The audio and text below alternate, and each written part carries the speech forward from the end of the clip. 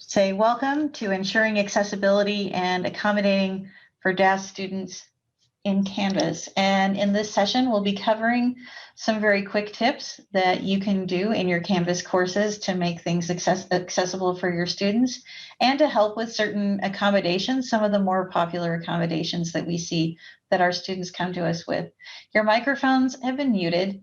We encourage you to post all questions in the chat, and the moderator will either ask me the posted question or answer it in the chat itself. We're also really lucky to have Alexa in the session. And Alexa, thanks for being here. And if you want to answer questions in the chat, please feel free to jump in and either take over the microphone and share or answer questions, because we're lucky to have you. If your question doesn't get answered, then someone will follow up with you after the session. And with that, we'll get started.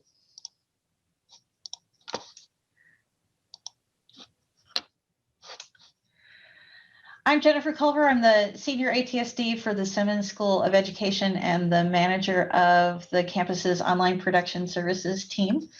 And accessibility is something that we come across in both of my roles here at SMU, both supporting the Simmons faculty and as we develop online courses, because there are a lot of accessibility considerations that need to be met as we're coming in and coming to put more content online. We'll be talking about some of those considerations and some easy things that we can do to open up your content and make it accessible for more people. But also in Simmons, when we have students who need certain accommodations as ATSDs, we try to help the instructors make those changes in Canvas so that those students can continue to perform. So when we talk about that in particular, when COVID first happened, Jason and Werner and I reached out to Alexa and said, what are some of the main options and issues that we can talk about quickly to help when we talk about accommodations or needs for students?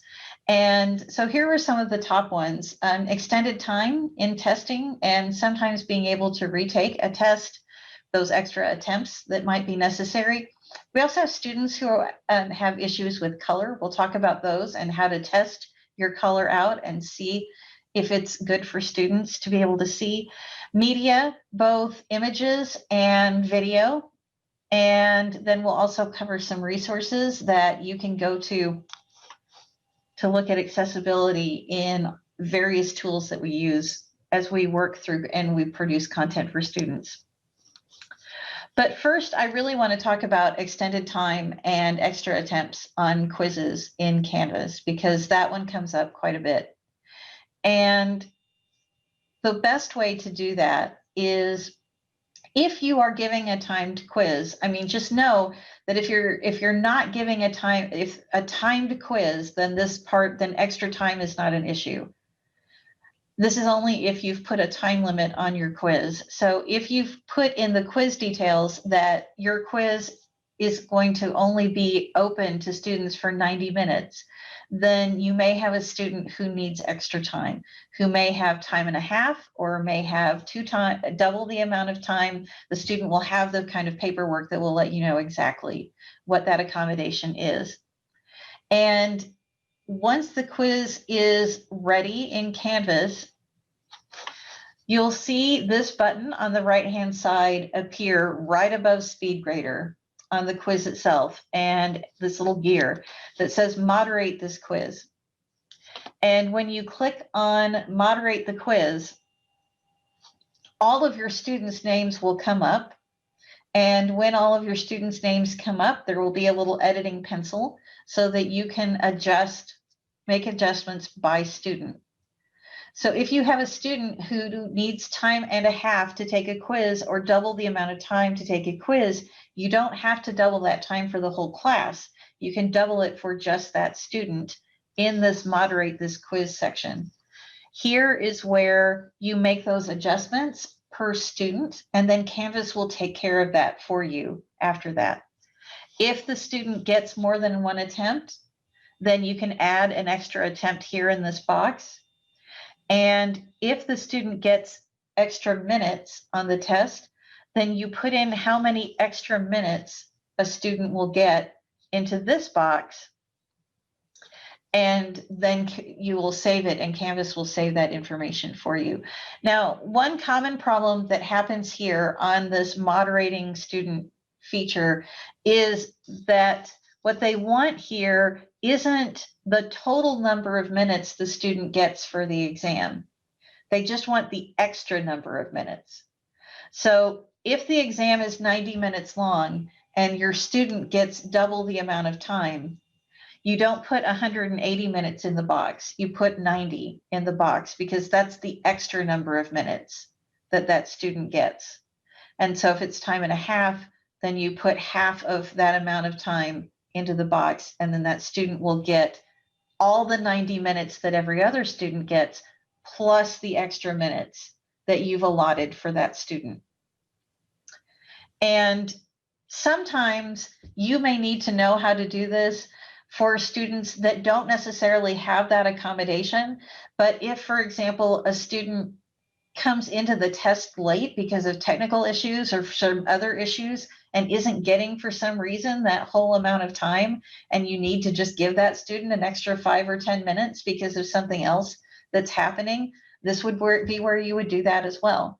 If the computer crashed as the student was taking that attempt on the quiz and it accidentally submitted, but the student didn't get to finish the quiz, and that student needs to take that quiz again, then here's where you would give that student another attempt on the quiz so the student could take it again. So lots of reasons why you might come over here and make these adjustments for students, lots of different needs that could happen that would require you to reach out and make some small tweaks to how that quiz is being run.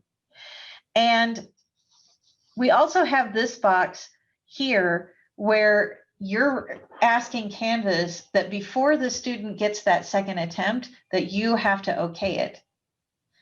And here's a reason why you might want to check that box, although for the most part, we don't really check that box. If the student gets 2 attempts or unlimited attempts or whatever, then and everybody is getting those, then people kind of run through them, and that's fine.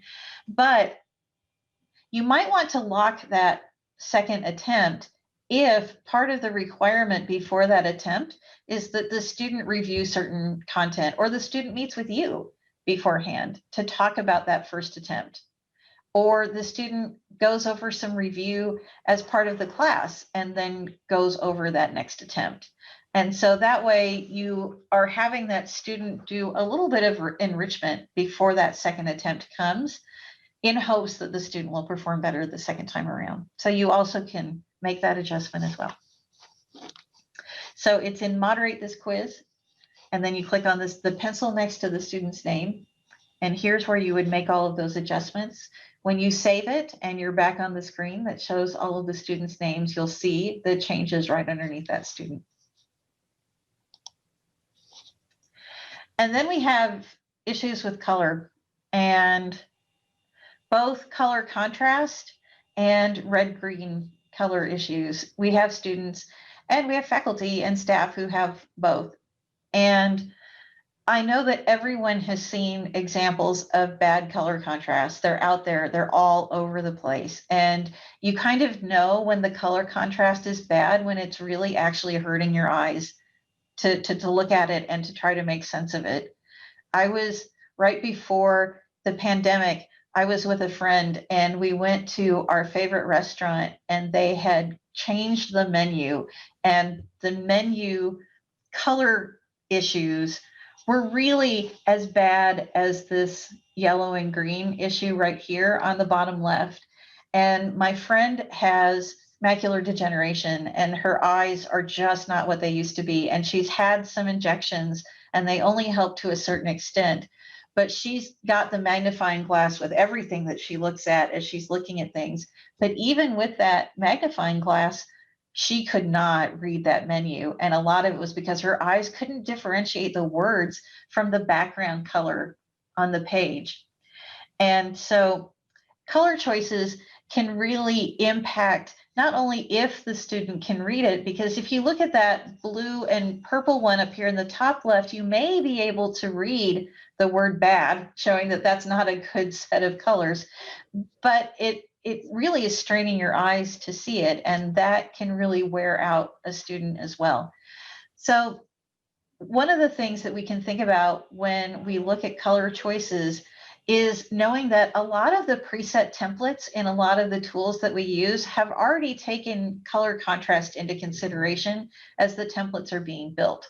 So Canvas, for example, the basic setup of Canvas pages are here in this top section where we have a really dark font and a very light background. And you can have the reverse, a very dark background and a very light font, because really the issue is the contrast. It isn't the choice of color at all.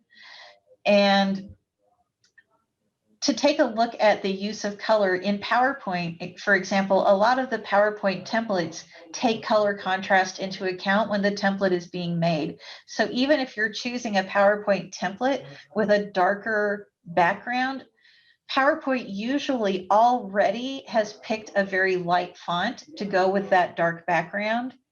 And so if we stick with the colors that are associated with a lot of the templates that people have made, the color contrast has already been taken into consideration for you. But we are going to look at how you can check those kinds of things later on.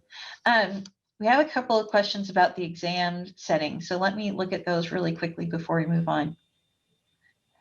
Scooter asked, is it the until date or time or the due date or time that needs to be adjusted to be sure they get the time that they need?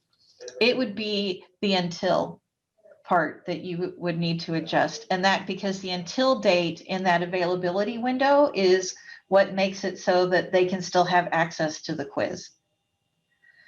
And I had an exam last semester in which I attempted to add time to the student's test during the exam. The student logged on late and couldn't change the due date during the test. The test automatically logged him at the due date, even though I had added extra time. Yeah, I do hear at times, Susan, about issues in changing the test during the administration of the test itself, as in going into editing of the quiz itself and changing the details of that quiz. If you go to that moderate students page and adjust the time there are fewer issues with time adjustments in Canvas than if you're working in the details of the exam itself during the administration of the quiz. But yep, I've heard of some of that too. So if you're really only adjusting for one student, I would use that moderate students page. If you're making some quick adjustments for the whole course, then you can try to go in and make that editing change in the details of the quiz itself. Just know every once in a while you'll have a student, oh, you did use the moderate page and it still logged the student out. Well, then that should not have happened. So I would be happy to take a look at that quiz in greater detail later and see if I or the other Canvas admins can figure out why that happened, because that should not have happened in Canvas. And so we'd be happy to take a look and investigate that a little bit more. Well, can I ask kind of a follow-up question Sure. to that? Does it make any difference if like you didn't know the student needed this accommodation, say it's like the first exam or something, when you were setting it up until like the exam is like upon you and then you tried to edit it? Does that make any difference? Is that why maybe it wouldn't let you, it still locked them out? It shouldn't. And Faye Walter, our Deadman ATSD, is on here as well, saying you can't extend the until time once the student has begun. And that's correct. The until time has to be adjusted beforehand. So if you know that you have some folks that need to be taking it at a later time or need an extra attempt, you would make those adjustments to the until date before all of those things start. Due date can still be class time, and the until date you can leave open. Now, remember too, if you have students who are actually going to take the whole test, whether it's a DASS student or another student for a whole different reason, we've had lots of students that need to take the test at a different time for a wide variety of reasons. And some of them have included COVID. There is a way in Canvas that you can assign that quiz to that specific student at a different set of dates and times.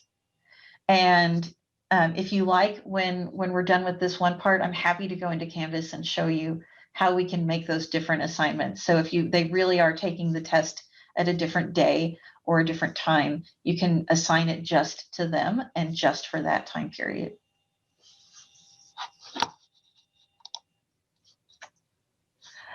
Accessibility wise, we're going to look at media for just a minute as well.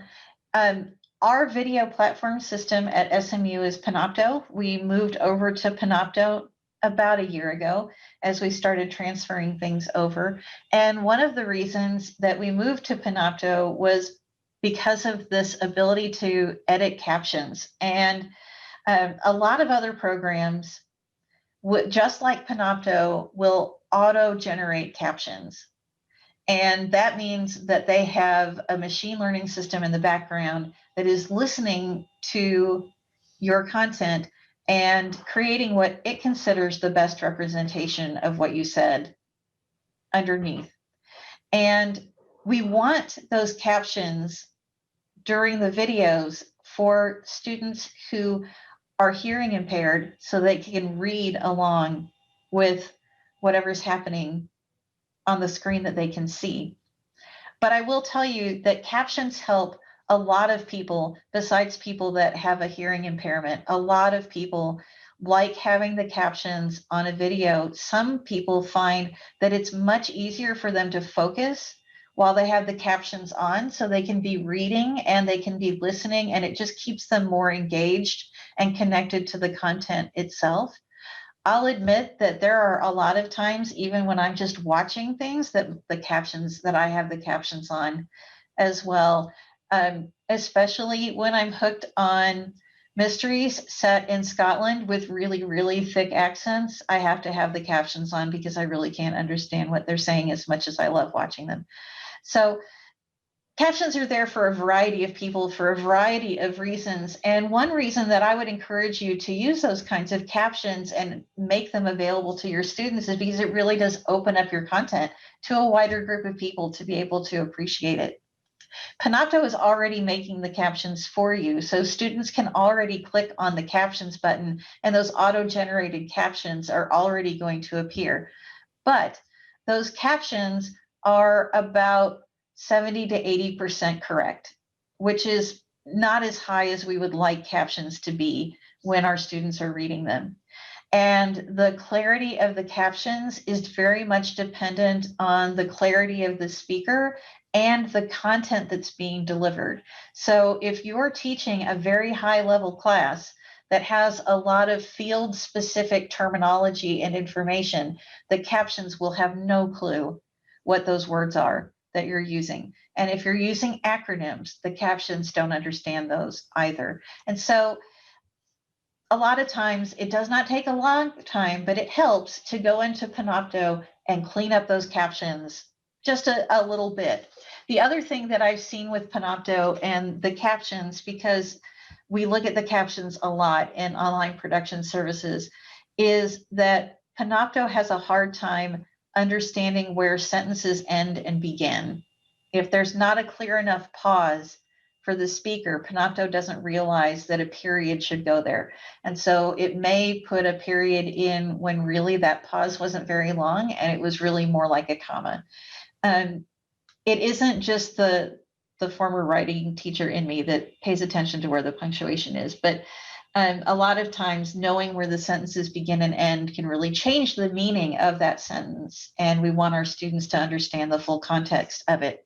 So in Panopto, in editing mode, we're going to go into Canvas in a bit and we'll look at all of these things, including Panopto.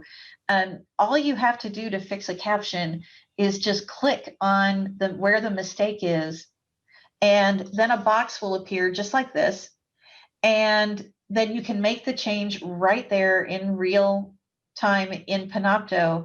Click away, and there will be an apply button up at the top in blue that you'll click on to apply the changes. and that is it. You're done. It is so much easier than a lot of the other tools that are out there in YouTube. And when we had Kaltura, for example, you would have to download files and re-upload them for the captions to be correct. And we don't have to do that here at all.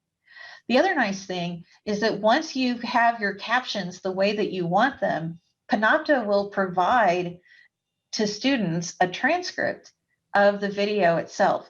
And that transcript can then be downloaded, and the students can use that transcript to reinforce their learning. So they can read that on their own. They can make annotations. They can write in the margins, and they can use that to ask questions and relearn if they want to. So typically, Quality Matters is the tool we use at SMU as we're looking at online courses and hybrid courses and things like that. And Quality Matters asks that we have captions or transcripts, but I will tell you that best practice is to have both, because different students will use different ones at different times to help with their learning. And we can either make sure that those are available by keeping Panopto videos in our course folders, which they're already, going to be created into. But if we want to, we can also download that transcript and make it a file in our Canvas course that students can access. So there are a lot of ways that we can reach out and make media more accessible to students when we're creating those instructional videos. There are a couple other small points with media that are also worth mentioning. And one of them is, for example, that best practices in accessibility is not to have videos that automatically start playing when the page loads. That we can have that students can press play when they get to the point that they're ready for the video to start. Because if students are using tools like screen readers, we don't want a video to play ahead of time and the audio from the video and the screen reader that's reading the text at the top of the page to be going at the same time, making trouble for students. In Panopto and in Canvas, that's already been set for you. So you don't have to worry about those kinds of things. But I would pay attention if you're sending students to websites to look at those websites to see if some of those issues might be there and to help navigate some of those issues for students. Yes, and Alexa's got, if you happen to have a deaf or hard of hearing student who requires a hired captionist, DASS will set this up, and you'll need to make the Zoom session available for that outside provider. This is for someone who requires that highly accurate captions live during the lecture.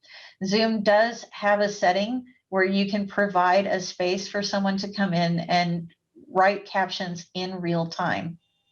And so if you have a student who has shown you documentation that is a need, then let DASS know, and they can help with that. Zoom also has the same ability that Panopto does. It can generate a transcript as well. Same issues with quality are there with Zoom, although I think Zoom's is a little bit better. But because Zoom is automatically going into Panopto, you've already got Panopto's auto-generated captions to work with. And because those are easier to fix and easier to edit for students, I would just stick with the ones that are in Panopto and keep your Zoom videos there so that you can easily check them. I did have a question yesterday about timing, because we were talking about screencasts and we talked about the captions there as well, about how much time it takes. And what I'll tell you is that if it's your video, it doesn't take as long, because you know exactly what you said, you know how you talk, you know what the terms are. You don't have to re-watch the video to make sure that the captions are correct. So it does not take as much time when it's your own. If you're team teaching or working with someone else and you have to actually listen to the content to make sure that you're putting the periods in the right place and you're spelling out acronyms correctly and things like that, it'll take a little bit longer. But just like anything, the more you work on these things, the faster that these things go. And it definitely is worthwhile for students. We also have student workers. We have STAR students. And if you have some longer videos that you think need some help, just write out a help ticket, and we have STAR students that can help with cleaning up captions and creating better transcripts for you. If you're sending students to a video, again, is worthwhile to take a look yourself and see if the video that you're sending students to on YouTube or some other platform, to see if they have captions and to see if those captions are accurate. And some of them will be, and some of them may not be. So then the question is, are those captions accurate enough for the student to get the understanding that you want them to get from that video? We can't caption other people's videos in YouTube or in places like that. What we can do, and we've done successfully in other places before, is write to those people and ask them and talk to them about their captions, and even explain to them the benefit of having accurate captions and the fact that it opens up a whole new audience for them. And sometimes they're quite receptive to that, other times not so much.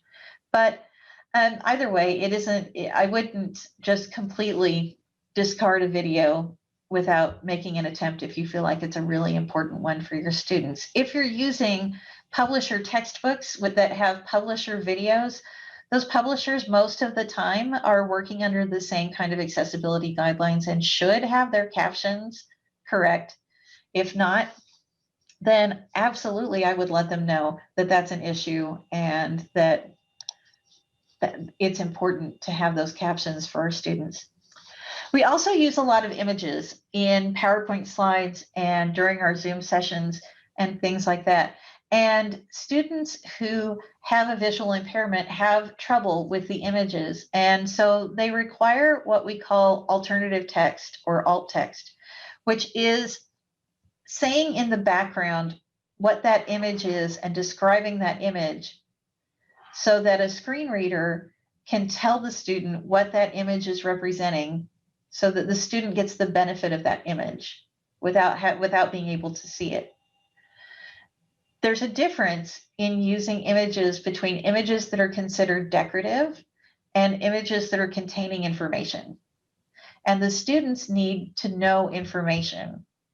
So if you have a picture of a dog in a field of violets and as a decoration, there is a way in PowerPoint and in other programs and in Canvas to mark this image as decorative so that the screen reader can just skip right over it because it's not necessary information for the student. But if I was running a course in Canvas about how to use the Canvas scheduler and use that Canvas scheduler to set up office hours, and I made a screenshot like this one of a page in Canvas, that's informative. And so I would need to, in that alternative text section, which is when you edit the picture in Canvas or you edit the picture in PowerPoint, this block will come up where you can enter in text that explains to the student what that image is conveying. So here, I have a lot to convey, but here's where I would explain what this image is. And I would start with, this is a screenshot of a Canvas appointment group schedule. It contains fields to enter the following pieces of information. And then I would list them.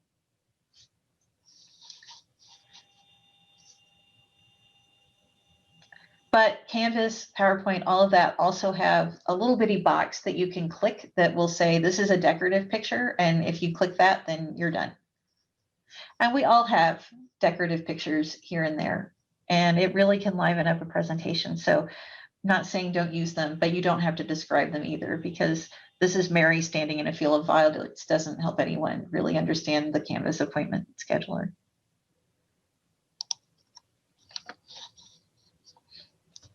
Sometimes we're also using other elements in our presentations, typically in PowerPoint, Google Slides, things like that, where we find tables that we want to use. And we're back to the image, the idea of what can be viewable and how to represent what we're showing on a screen. PowerPoint gives you the ability to build a table in PowerPoint. So if you're wanting to show a table, best practice accessibility-wise is to build the table in PowerPoint. Because if you take a screenshot of that table from a PDF, a screenshot from some other document, a screenshot from anywhere, and you put the screenshot of the table into the slide, the screen reader can't read any of that information. And to create a description of that table would be recreating the whole table in Word form. And that would be confusing for a student who's trying to read it. It would be confusing for a student to try to visualize it. What PowerPoint does and what the other documents do, and Word does this, and Adobe does this in their PDFs as well, Excel does this as well, is that once you tell Excel or any other document that you're building a table and your table has headers like this top row right here, then in the background, they know how to communicate to a screen reader how this table works and the information that's on the table. So building the table itself means that that information can be conveyed accurately to a student who has trouble seeing the table. Taking a screenshot of a table or a graph, it gives the screen readers nothing to work with. And if you're showing a pie chart that is easily represented in 3 sentences, then you may not want to recreate the pie chart. You may want to say, this is a pie chart that shows 75% of people don't use captions when watching television and 25% of people do use captions. Well, you've represented it, and then you can keep going. But tables usually have a lot more information, and it is worth it to recreate that table. Also, when you recreate the table in PowerPoint, it is a lot clearer, even for students who aren't having visual issues. It's a lot clearer to recreate the table in PowerPoint than it is to stick an image of a table there. When we look at the text of slides themselves, the other part of readability for students is that screen readers, just like our eyes, need to understand how a page is laid out, which means that we need to be able to differentiate the title and any headings so that the information can be delivered to the student in a way that helps the student understand what that information is and how that information appears. PowerPoint, Canvas, Google Slides, they all have built in all of these different layers of headings for you, and they're already in the templates.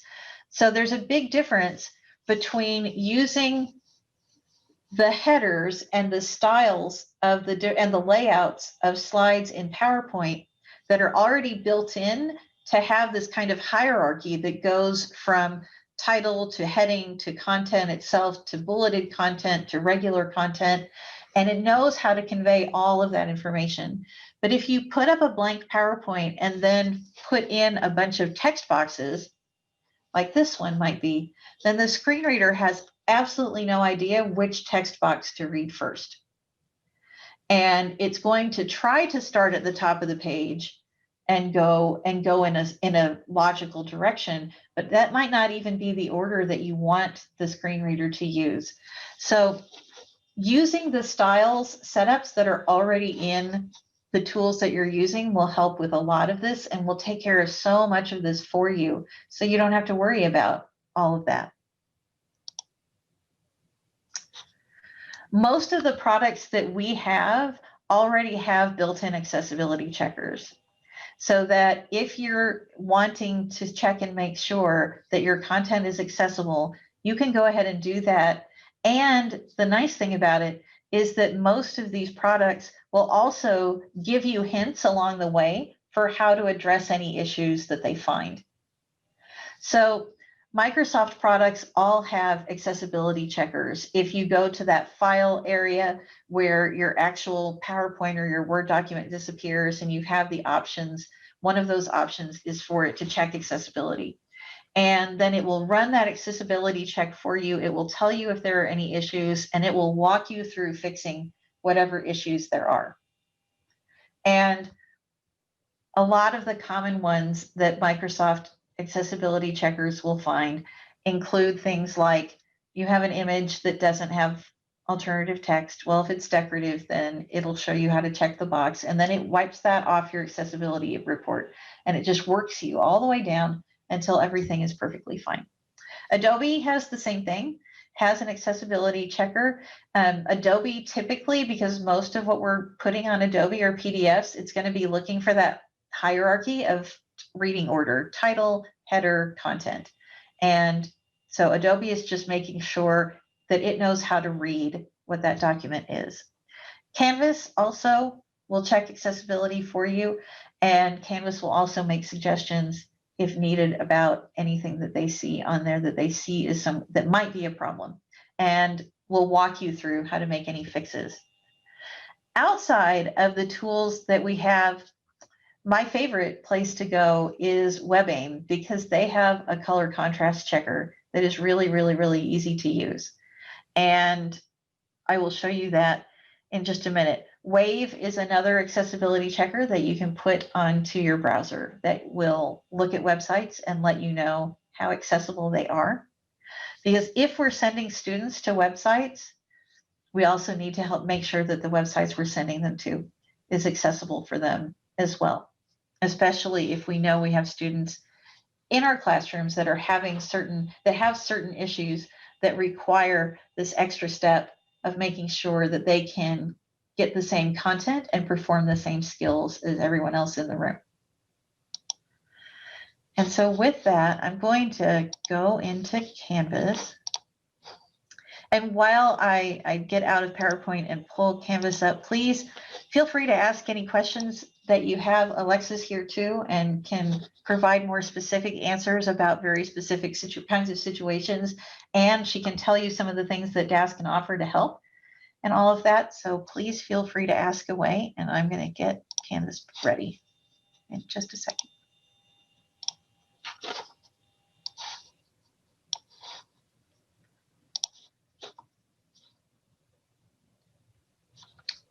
And of course, Canvas is slow. Here we go.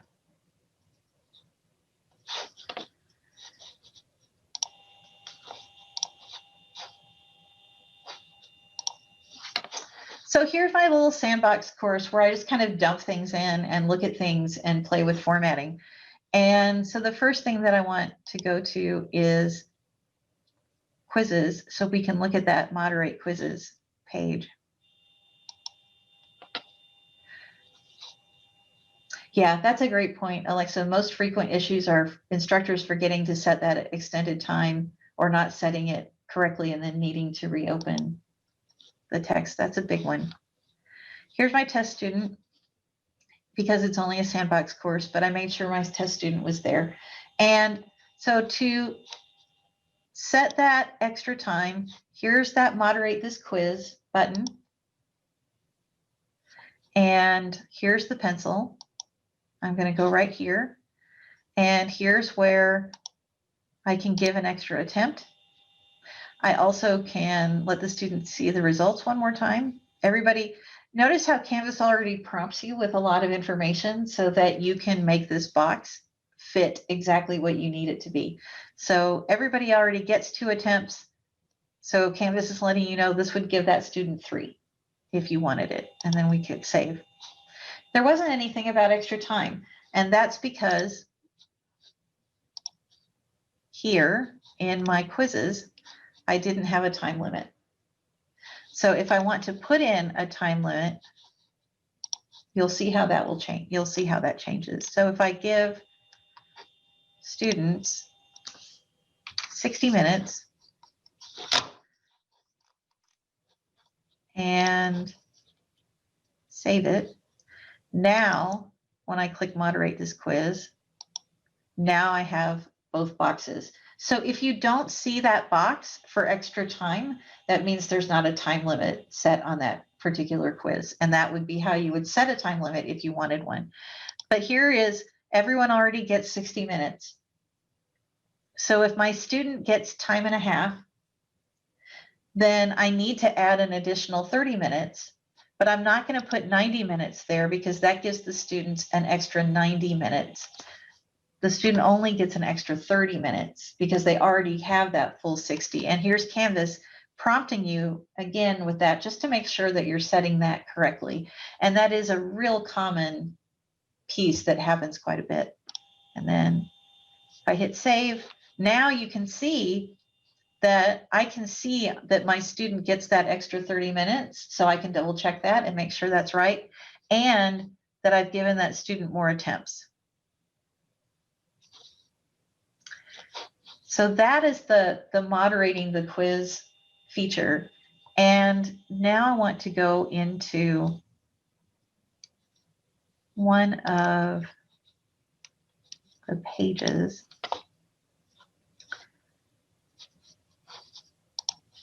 And take a look at, here we go.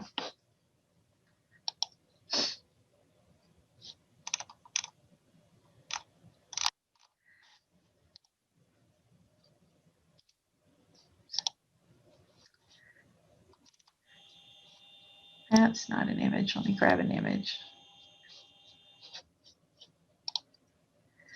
We have, let's try that one. Oh, well, I'll put one in. So if I want to put an image in,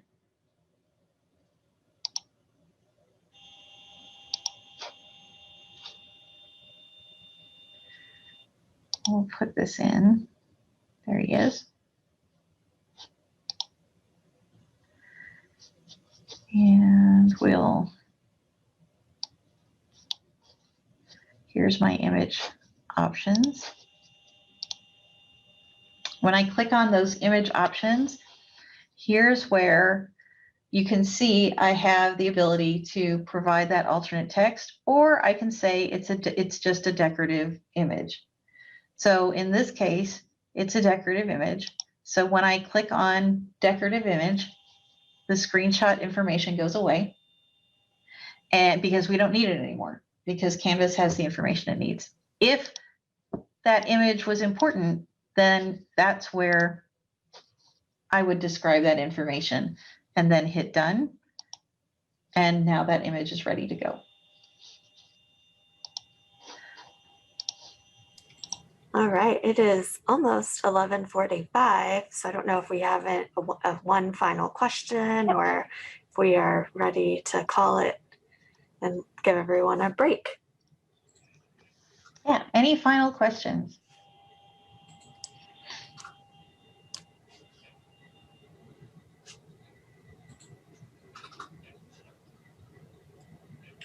Please know that the DASS office is here to support you. Your ATSDs are around to support you as well as you're working on some of these things. We have student workers who can help with certain things, and so don't feel like you are having to kind of struggle with how to accommodate a student.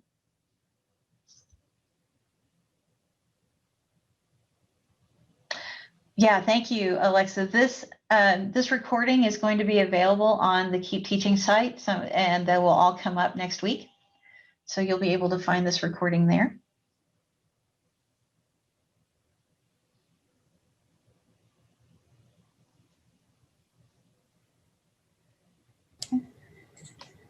Okay, well, with that, thank you for spending some of your morning with us, and we can have a break and before your next session or before you go on with your day. And please reach out if you need anything at all. Thanks for coming.